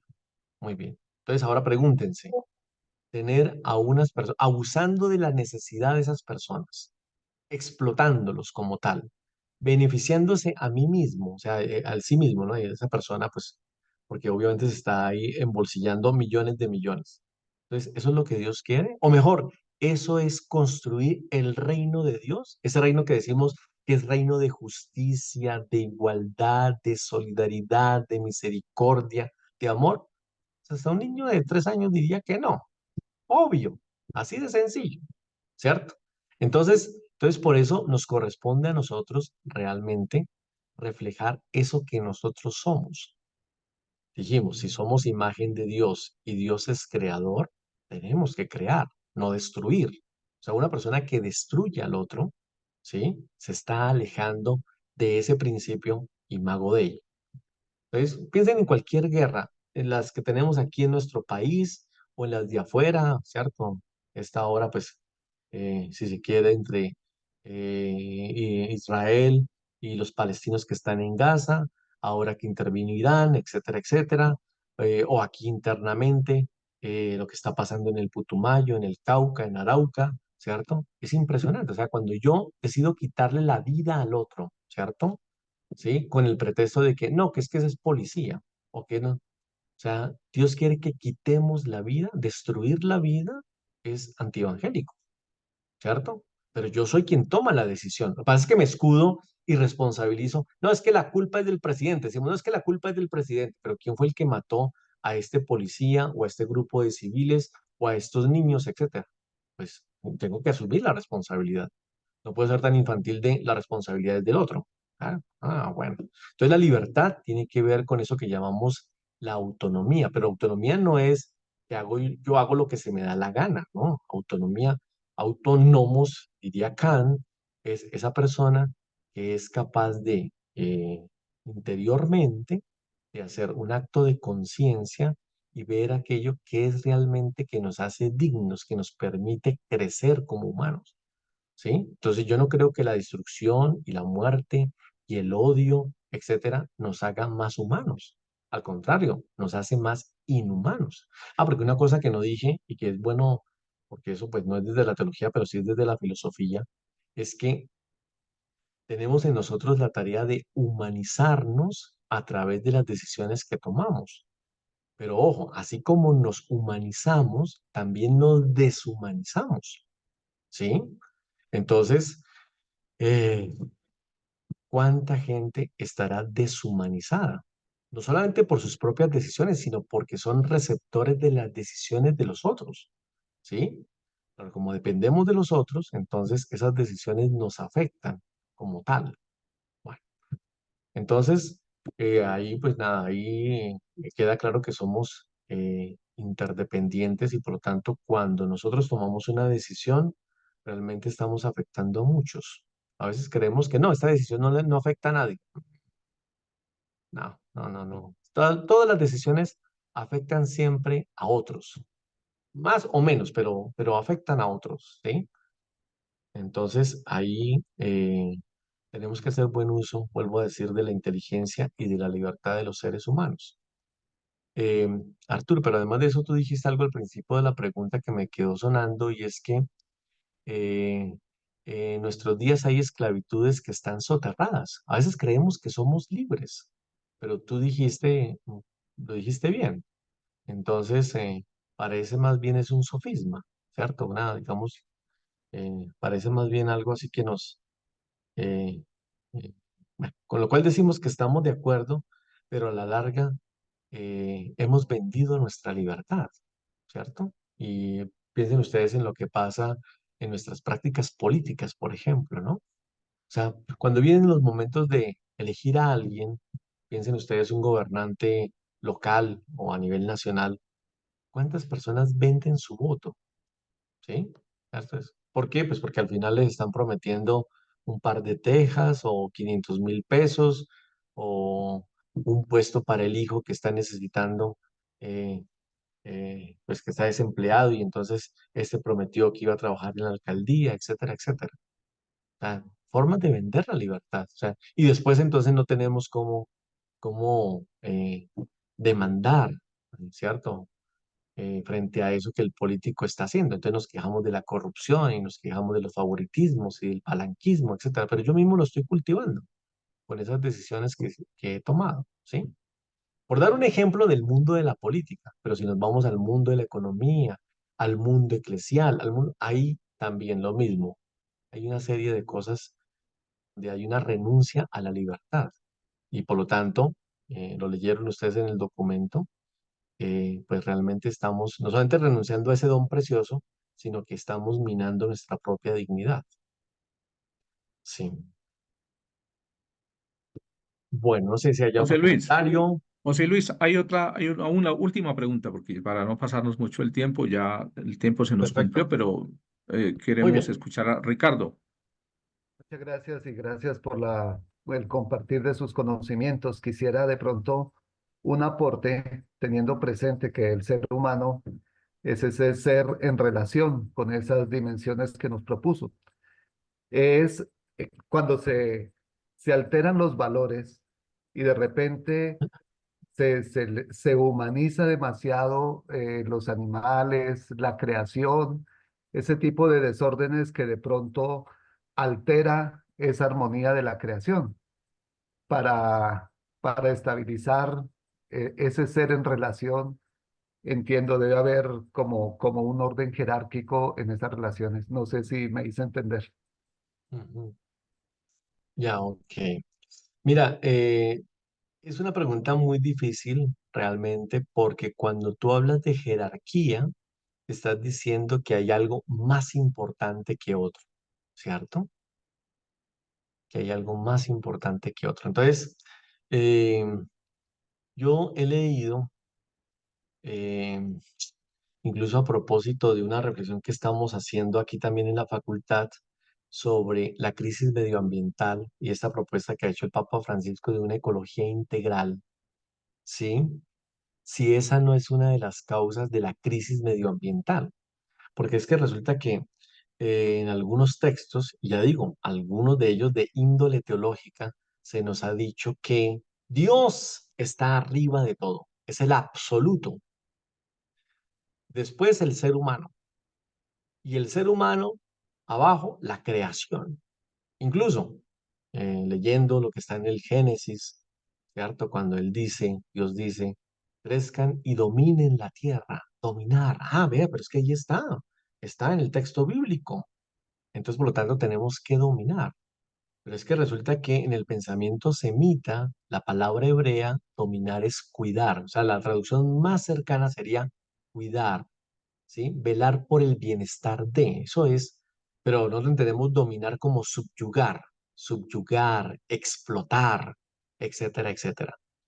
Y como los seres humanos somos tan especiales, entonces algunos se creen más especiales que otros, como tales. Ah, entonces si tú eres de raza blanca, eres superior al de raza negra. Si tú eres varón, eres superior a la mujer. Si tú eres de Europa, eres superior si estás en América Latina o en África, ¿cierto? Y así puedo seguir dando ejemplos como tal. Entonces, por eso tengo mucha resistencia a pensar que haya algo más importante que otro. Entonces, lo bonito de pensar que la realidad es cosmoteándrica es que no vemos el esquema de forma piramidal, sino más bien de forma circular. Es como un círculo, como tal, ¿sí? Porque si yo digo que Dios es absoluto, porque es superior a todo y a todos, ¿qué estoy diciendo con absolutus? Estoy diciendo que está tremendamente solo, eso es lo que significa el término. Y yo no creo en un Dios allá en el hiperuránio tremendamente solo, no, yo creo en el Dios en el que yo creo, es un Dios que está en la historia de los seres humanos, que está con nosotros, que está sufriendo nuestras propias necesidades, nuestros propios problemas. porque Él está aquí en esta realidad como tal, ¿cierto? Y lo mismo los seres humanos. O sea, si yo creo en el antropocentrismo, que es una cosa que, no sé si han leído la última exhortación del Papa Francisco, Laudate Deum, ¿sí? No se confunda con Laudato Si, porque, bueno, digamos, estábamos esperando la Laudato Si, segunda parte, pero en verdad salió la exhortación Laudate Deum. Él vuelve a hablar del antropocentrismo. O sea que si yo sigo creyendo que el ser humano es el centro de, entonces no va a acabar esta explotación que tenemos con la naturaleza. No va a acabar. O sea, yo tengo que considerar la creación, la naturaleza, los otros seres vivos tan importantes como el ser humano. Porque, vuelvo a decir, somos parte de un sistema como tal, ¿cierto? De un sistema en donde todos estamos implicados, en donde lo que yo haga no solamente afecta a los otros seres humanos, sino también a los otros seres vivos. Entonces, tú dijiste una cosa, pero entonces ahora no invirtamos, ¿cierto? Entonces ahora son más importantes los animales que los seres humanos. Yo no estoy diciendo eso. Yo estoy diciendo que tan importantes como los seres humanos son las otras formas de vida, ¿sí? Bueno, hay una gran amiga, yo la quiero mucho y todo lo demás, quiere muchísimo a los animales, muchísimo, muchísimo. Tanto así que, hablando de humanización, cuando murió su primera mascota, ha pagado un entierro, imagínate, la ha enterrado en un cementerio para mascotas que está en La Calera, que es un pueblecito que está aquí a Sí. 1 hora de Bogotá, ¿cierto? En un cementerio para mascotas, etcétera. Pero entonces, una cosa que es lo que yo le he dicho, pero me encanta que te conmuevas frente al perrito callejero o famélico, me encanta. Pero ¿y por qué no te conmueves frente al habitante de calle que está viviendo debajo de unos cartones o ese niño que está también en la calle vendiendo unos dulces, o sea, y que está ahí al lado de tu local, porque además tiene un local, un gran almacén, etcétera, etcétera? Y a ese niño no te conmueves. O sea, yo digo, bueno, espera, que hay algo, y eso tiene que ver con los valores, no hay una inversión de valores como tal, no. O sea, si yo de alguna manera le apuesto a la misericordia, es la misericordia hacia toda clase de vida vulnerada, ¿cierto? No a la vida estrato 6, no a esta forma de vida, no, no, es a toda la vida como tal. Entonces, yo creo que tenemos que revisar eso, sí, para realmente ser coherentes y realmente ser personas como tal, ¿sí? Eso es. Bueno, muy bien. Pero es una reflexión, o sea que nada, o sea, hay que seguirla pensando como tal. Oiga, no, pues yo quisiera agradecerles inmensamente su atención, esperando pues haber hecho un Y, aporte, dado un doctor, granito de arena a este proceso de formación bonito que llevan sobre la doctrina social de la Iglesia. Les deseo lo mejor en la terminación de su diplomado. Vuelvo a decir, coloqué mi correo electrónico ahí en el chat, lo puedo volver a colocar, o no sé si está muy lejos ya, no creo que está ahí mismo casi al final. yo Así que si quisiera hacer alguna una última cosa, pregunta, doctor. ahora, Robert Quisiera que me Tulio, concedieran una última pregunta. Robert Tulio, estamos pasados 7 Sí, minutos. sí, Dale, doctor, dale, se dale, extendió Robert un Tulio. poquitico. No, doctor, cuando escucho lo de la deshumanización, me salta una inquietud.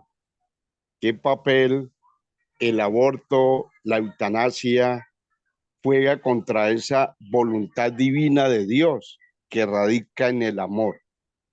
En este contexto de la persona, en este contexto de la deshumanización. no, Roberto, esa pregunta la hubieras hecho al principio. Es, es una pregunta muy compleja, muy compleja. Pero bueno, ustedes si leyeron el documento saben que al final hay un apartado que tiene que ver con la bioética, ¿sí?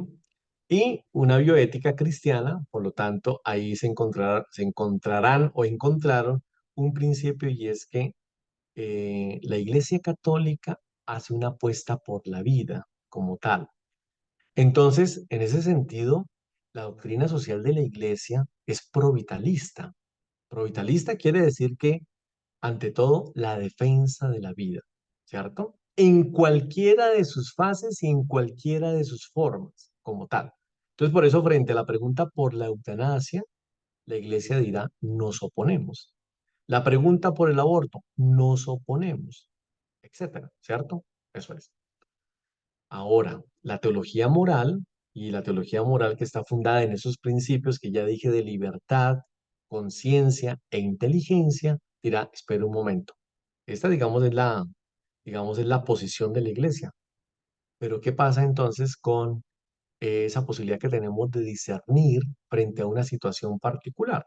Entonces ahora me voy al otro ámbito, no al ámbito eclesial, sino al ámbito jurídico. Ustedes saben que la ley colombiana permite o no condena, mejor no condena, en tres situaciones el aborto, por dar un ejemplo, ¿cierto? Entonces, que es que este niño viene con graves malformaciones y realmente es un niño que no va a poder crecer bien en todos los sentidos, ni corporalmente, ni mentalmente, ni nada. O sea, realmente va a ser un niño incluso absolutamente dependiente de algún protector o cuidador, ¿cierto? Bueno, entonces, en caso de violación. Listo, en caso de violación. Si esta mujer, bueno, y sin embargo, uno mira tantas mujeres que sabiendo que fueron violadas y han quedado embarazadas, al final deciden tener a ese chiquitino o chiquitina y dicen, bueno, no lo voy a tener, pero hay tantas familias que quisieran adoptar, pues bueno, entonces yo voy a ceder los derechos que tendría sobre esa vida naciente y por lo tanto que lo tenga una familia que añora un bebé como tal. Bueno, entonces, mira, lo que voy es que en todas estas situaciones que tienen que ver con la vida humana y lo que nos pasa a cada momento, estamos poniendo en juego nuestra libertad, nuestra conciencia y nuestra inteligencia para tomar aquellas decisiones que realmente nos harían grandes como personas, como tal. Mira, acabo, Robertulio, con un ejemplo y perdona que sea personal, ¿sí? Mi padre. O sea, mi padre era un hombre de un pensamiento liberal muy, muy fuerte. No estoy diciendo que no fuera religioso, de hecho era un hombre de Chiquinquirá, imagínate, súper devotísimo de Nuestra Señora de Chiquinquirá y todo lo demás. Pero al final de su vida tuvo una etapa muy, muy, muy dura. Tuvo un accidente cerebrovascular que prácticamente lo anuló, ¿sí? Y él manifestó muchas veces, pero no lo dejó por escrito, en eso que llamamos el documento de voluntad anticipada, que si a él le llegaba a pasar algo que lo inhabilitara, ¿sí? Por ejemplo, un accidente cuadraplégico, listo. O eso, o un accidente cerebrovascular, en donde 100% dependiente que no podía hacer nada por su propia cuenta, comer, tomarse un vaso de agua, ir al baño, etcétera. Siempre era con la ayuda de alguien, ¿cierto? Él dijo, mire, si me llega a pasar algo, yo soy partidario de la eutanasia. Y claro, pero como no lo dejó por escrito, entonces cada vez que le daba una crisis, corra con él a la clínica, primero pues digamos las atenciones ahí en la UCI, etcétera, etcétera. Bueno, muy bien, ok. Pero nada, pues nosotros imagínate, ¿no? ¿Cómo vamos a permitir que le practiquen la eutanasia? No, no, para nada, absolutamente, no, para nada. La última crisis de él, fuertísima, fuertísima. Entonces ya eso, en la UCI y todo lo demás. Y nos llama el médico y nos dice, ¿ustedes hasta dónde quieren llegar con su papá? Técnicamente le llaman techo terapéutico. ¿Hasta dónde yo puedo intervenir como médico? ¿Cierto? Si a su papá le viene una crisis respiratoria, ¿puedo, por ejemplo, intubarlo o no lo puedo intubar? Somos seis, Robertulio, somos seis. Y entonces, mire, habiendo escuchado a mi papá, y entonces una hermana decía, yo nunca le escuché decir eso, no, no, no, no, nada, que lo intuben, que no sé qué. Entonces preguntábamos, ¿intubarlo significa que va a tener calidad de vida? El médico, no, no, no va a tener calidad de vida. O sea, o sea, él tarde que temprano se va a morir, lo que vamos a hacer es prolongar la vida. Yo le dije, no, prolongar la vida no, es prolongar la agonía. O sea, porque él está en un estado agónico, crónico, terminal. Entonces, si, o sea, sin intubar 2 días, intubándolo 8 días. Entonces uno se pregunta, ¿tiene sentido que él sufra? Porque al final es el sufrimiento de él mismo con esta serie de procedimientos médicos y terapéuticos que realmente no dan vida. Vida, ojo, no supervivencia, no estoy diciendo de mantener vivo a una persona con aparatos, sino que tenga vida, que pueda reírse, que pueda disfrutar una comida, que pueda interactuar. Pues no hay esa vida como tal, ¿cierto? Bueno. Al final, al otro día, la crisis fue tan profunda como no autorizamos la intubación, pues nada, el mismo organismo cedió y ya pues paró su corazón, y paró sus pulmones, etcétera, etcétera. Pero mira, eso es para decirte, Robertulio, que esto de tomar decisiones sabias es muy difícil, ¿cierto? Muy difícil. Entonces, pero nos corresponde, pues, claro. O sea, ¿qué es eso que realmente nos hace más humanos? ¿El sufrimiento nos hace más humanos? ¿O hacer que las personas sufran inoficiosamente, inoperantemente, es humano? Son preguntas muy gruesas. Bueno, frente a la tuya, yo digo, eso da para mucho más, pero nada, es el ejercicio de eso que nos hace personas como tal, ¿sí? Porque tan bonito, claro, uno puede tener una moralidad infantil en donde te digan lo que tienes que hacer, ¿cierto? Y entonces uno, claro, cuando a uno le dicen qué es lo que tiene uno que hacer, si uno se equivoca, ¿uno qué hace? Usted me dijo que hiciera eso, claro. Entonces le echo la culpa al otro. ¿Cierto? Pero cuando yo soy quien tomo las decisiones, después de hacer ese proceso de discernimiento, yo asumo la responsabilidad de esas decisiones. Y eso sí que me hace persona, porque hay decisiones afortunadas y hay otras desafortunadas, ¿cierto? Pero cuánto quisiéramos que las decisiones que yo tome con respecto a mí mismo o que implican a los demás, pues sean afortunadas, sean Doctor, evangélicas en el sentido pleno de la palabra, ¿cierto, Robertulio? doctor, pero perdóneme un minutico. Vea, qué interesante su experiencia personal, pero qué cosa tan coincidencial. La mía fue hace 9 años, con 7 hermanos. Vamos a desconectar a su papá, hagan las vueltas de la funeraria y todas esas cosas. 4 médicos internistas. ¿Para qué iban a alargar el sufrimiento de su papá? ¿Sabe cuántos años tiene mi papá en estos momentos? 95 años en una sillita de ruedas, se goza la vida, aplaude, cuenta historias y todo. Por eso hacía la pregunta, pero me sorprende su experiencia personal con la que nosotros vivimos. Y ahí es donde decimos, ahí está la misericordia de Dios y el milagro de la vida, doctor. Eso es. Oye, gracias, Robertulio, por compartirlo. Bueno, muy bien. Miguel, yo no sé si ya, danos la bendición final. Muchísimas gracias. Me toca ir a comer. Muchísimas gracias a todos y todas en esta noche. ¿Me regalan, por favor, sus cámaras? Muy bien, gracias a Listo, todos.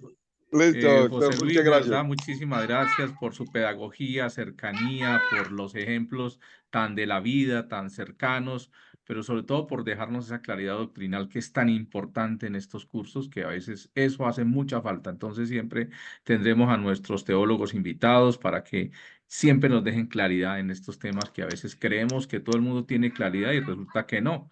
Y cuando nos ponemos a hablar es que nos damos cuenta de aquello, ¿no? Entonces, muy bien, muchísimas gracias. Todavía hay muchas cámaras apagadas. Yo no sé si ya están Sí, durmiendo, comiendo, quería como están en agradecer. Están meditación en pijama, están en profunda, pijama. están en pijama y les da pena. Ok, muy bien. Muchísimas gracias a todos y Muchísimas. todas en esta noche. De verdad que fue un ejercicio bien interesante. Como siempre, pues seguimos adelante. Recuerden, el doctor Alfonso Insuasti les dejó un trabajo. Yo los voy a publicar en el grupo. Ese trabajo piden que lo hagan al primero personal, que lo haga, se siente usted lo haga solito, solita, ¿sí? Y después que se unan los de Cartago. Si son 10, pues 5 y 5, ¿sí?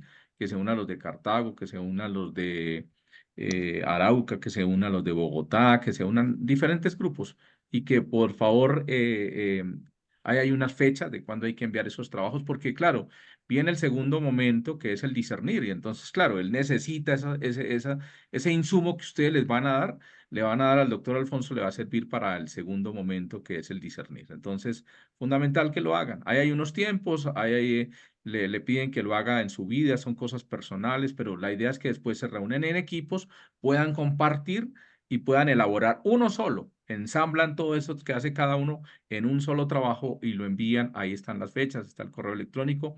Y entonces, pues quedamos atentos. Si alguien no entendió, pues por el interno me dice, Miguel, ¿de qué se trata? Porque no he entendido realmente el tema, ¿vale? Bueno, muchísimas gracias a todos y todas. Les deseamos un Muchísimas feliz gracias. descanso. Qué pena por pasarnos unos Y minutos, pero creo que eran preguntas fundamentales en esta noche. Y bueno, creo que terminamos una clase de bioética, creo que bien interesante, José Luis. Creo que con muchas preguntas muy complejas, pero esas son las que nos acompañan todos los días en esta vida. Muchísimas gracias. Feliz noche Muchísimas para todos y gracias. todas. Gracias. Igual. Bueno, que estén muy Igual. bien. Feliz noche. Bueno, Muchísimas gracias. Feliz noche. bendiciones. Hasta luego a todos. Feliz noche, feliz descanso.